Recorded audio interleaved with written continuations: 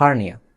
আপনারা যারা সার্জারি ওয়ার্ডে গিয়েছেন হয়তো নিজের অপারেশনের জন্য অথবা নিজের কোনো আত্মীয়র অ্যাটেন্ডেন্ট হিসেবে, তাদের কাছে এই শব্দটা খুব বেশি অপরিচিত হওয়ার কথা কিন্তু নয়। এর কারণ হচ্ছে একটা জেনারেল সার্জারি ওয়ার্ডের একটা বড় অংশ জুড়েই থাকে হার্নিয়া পেশেন্ট অথবা হার্নিয়া রোগী। যারা জানেন না তাদের জন্য সোজাভাবে বলতে গেলে এটা অনেকটা এরকম যে আপনার শরীরের কোনো অংশের দুর্বলতার কারণে ভিতরের কোনো অঙ্গ প্রত্যঙ্গ যদি তার নর্মাল জায়গা থেকে অন্য জায়গায় চলে আসে, সেটাই হচ্ছে হার্নিয়া।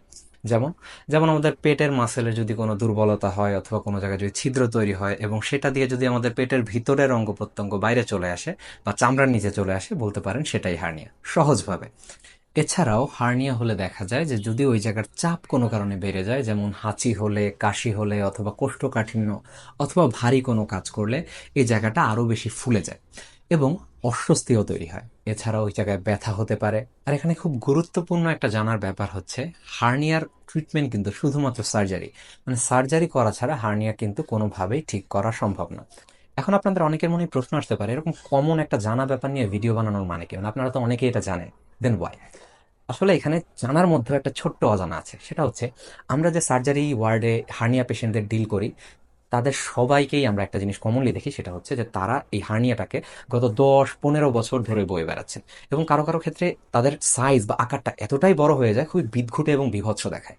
এখন আপনারা হয়তো বলবেন, বিদঘুটে দেখানো না দেখানো অথবা কি সমস্যা হচ্ছে বা না হচ্ছে তো সম্পূর্ণই রোগীর নিজস্ব ব্যাপার, আমাদের এত কনসার্ন কেন? কনসার্নটা আসলে একটু অন্য জায়গায়।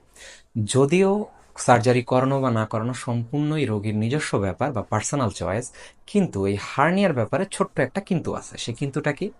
হার্নিয়ার যে কন্টেন্টটা নর্মালি দেখা যায় যে সেটা আমাদের স্মল ইন্টেস্টাইন অথবা ক্ষুদ্রান্ত্রের কন্টেন্টটা বেশি হার্নিয়ার কন্টেন্ট হিসেবে পাওয়া যায়। এই কন্টেন্টটা যখন ওই ছোট্ট ছিদ্রের মধ্যে দিয়ে বেরোয় আসে, কখনো কখনো ওই জায়গাটায় আটকে যেতে পারে। আটকে গেলে এটাকে আমরা বলি অবস্ট্রাকশন অথবা অবস্ট্রাক্টেড হার্নিয়া। তখন দেখা যায় প্রচন্ড পেইন হয়, ওই জিনিস ওই অংশটা মানে নিস্তেজ হয়ে যেতে পারে, মরে যেতে পারে। তখন খুব দ্রুত চিকিৎসা করা লাগতে পারে এবং খুব দ্রুত ইমার্জেন্সি সার্জারি লাগতে পারে।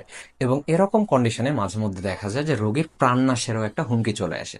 সো আমরা কেন এটাকে এই পর্যন্ত বাড়তে দিব?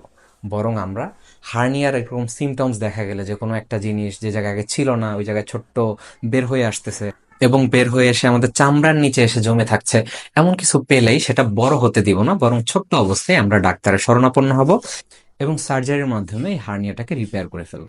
এবং আশা করা যায় একটা ফ্রুটফুল সার্জারির মাধ্যমে হার্নিয়াটাকে সম্পূর্ণ রিপেয়ার এবং পরবর্তীতে যেন এটা না হয় এই জিনিসটা নিশ্চিত করা সম্ভব। ধন্যবাদ।